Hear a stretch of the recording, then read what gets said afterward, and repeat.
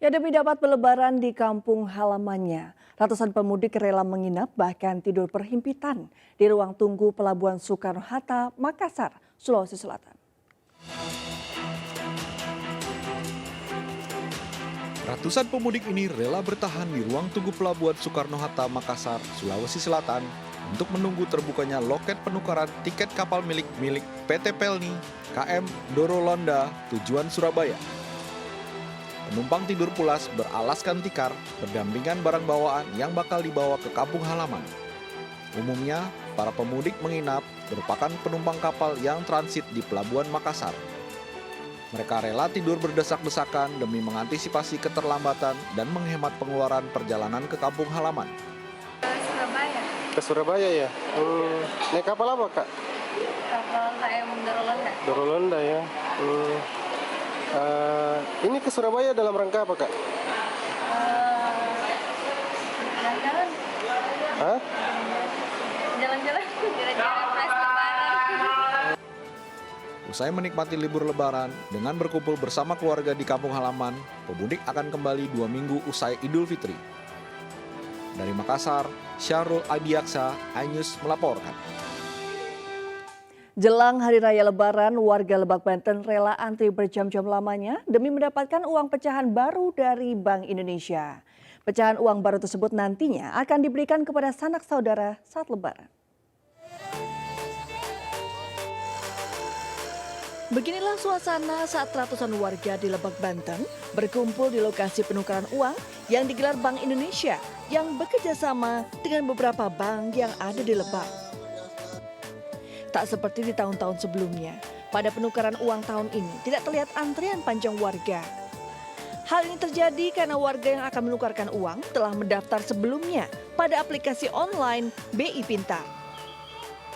Sehingga warga yang datang merupakan warga yang telah mendaftar sebelumnya.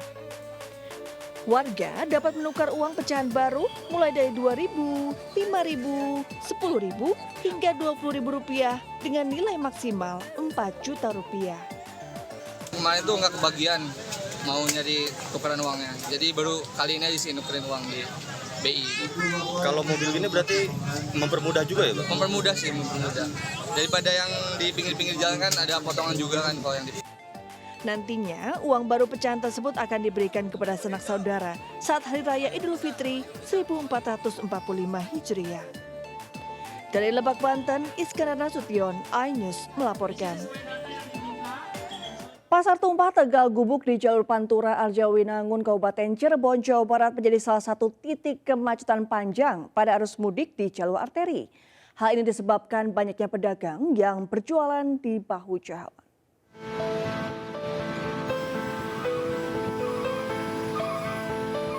Kemacetan panjang ini terjadi di ruas jalur utama Pantura, tepatnya di depan Pasar Tumpah Tegal Gubuk, Kabupaten Cirebon.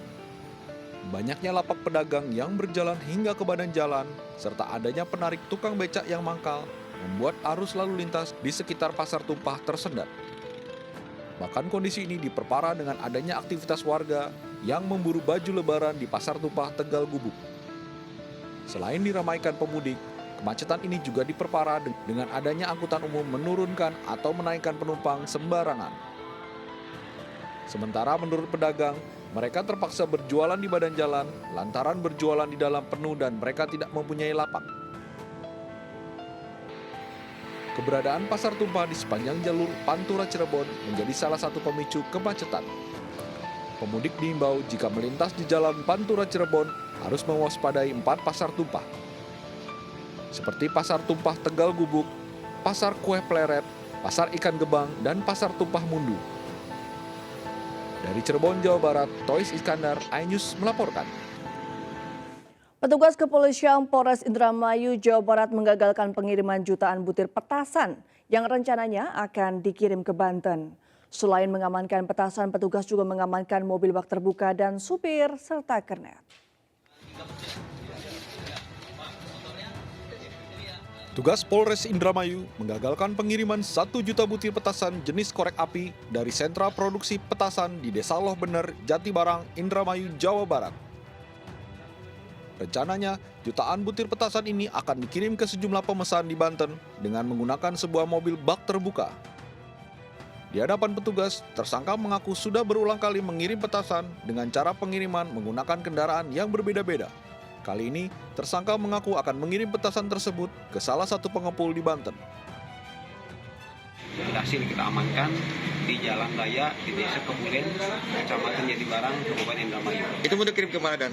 Itu rencana hasil pemeriksaan daripada para pelaku yang membawa petasan itu mau dibawa ke daerah Banten. Akibat perbuatannya, para tersangka dijerat dengan Undang-Undang Darurat Nomor 12 Tahun 1951 tentang bahan peledak dengan ancaman hukuman selama 20 tahun penjara. Dari Indramayu, Jawa Barat, Tois Iskandar, iNews melaporkan.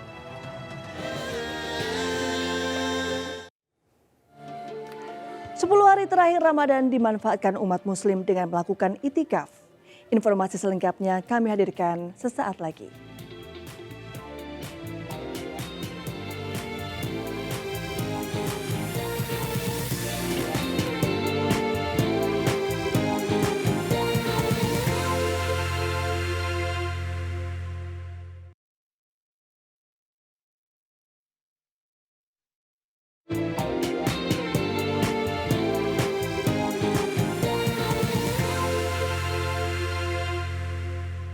Pemirsa, 10 hari terakhir Ramadan dimanfaatkan umat muslim dengan melakukan itikaf di Masjid Raya Habibur Rahman PT Dirgantara Indonesia Bandung.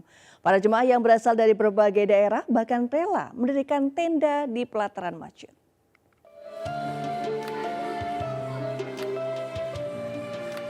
Dengan penuh antusias, umat muslim melakukan itikaf di Masjid Raya Habibur Rahman PT Dirgantara Indonesia Bandung. Namun uniknya ratusan jemaah yang berasal dari berbagai daerah sampai mendirikan tenda di pelataran masjid dan mereka pun beritikaf membawa keluarganya sehingga Masjid Raya Habibur Rahman saat beritikaf dipenuhi balita, remaja hingga orang tua. Selain membawa tenda dan perlengkapan untuk tidur, para jemaah juga membawa perlengkapan untuk makan dan minum termasuk kompor listrik yang mereka gunakan untuk memasak. Jemaah umumnya memilih itikaf 10 hari terakhir Ramadan di Masjid Raya Habibur Rahman karena suasananya yang berbeda dan memang belum mereka temukan di masjid lain. Enaknya bisa pakai tenda, jadi semua keluarga bisa ikut gitu, terutama yang perempuan punya anak, punya bayi gitu, enak gitu ya bisa ikut itikaf tapi tetap bisa bawa keluarganya gitu. Ada fasilitas tenda. Setiap tahunnya DKM Masjid Habibur Rahman menyediakan 582 titik untuk para jemaah yang akan mendirikan tenda untuk itikaf. Di malam pertama ini, sudah ada sekitar 400 tenda jemaah yang terpasang, jumlah tersebut diperkirakan akan terus bertambah. Bagi jemaah yang hendak mendirikan tenda tidak dikenakan biaya. Pihak DKM hanya memungut biaya untuk operasional masjid seperti listrik, air, dan kebersihan. Dari Bandung, Jawa Barat, Billy Maulana Fikran, iNews melaporkan.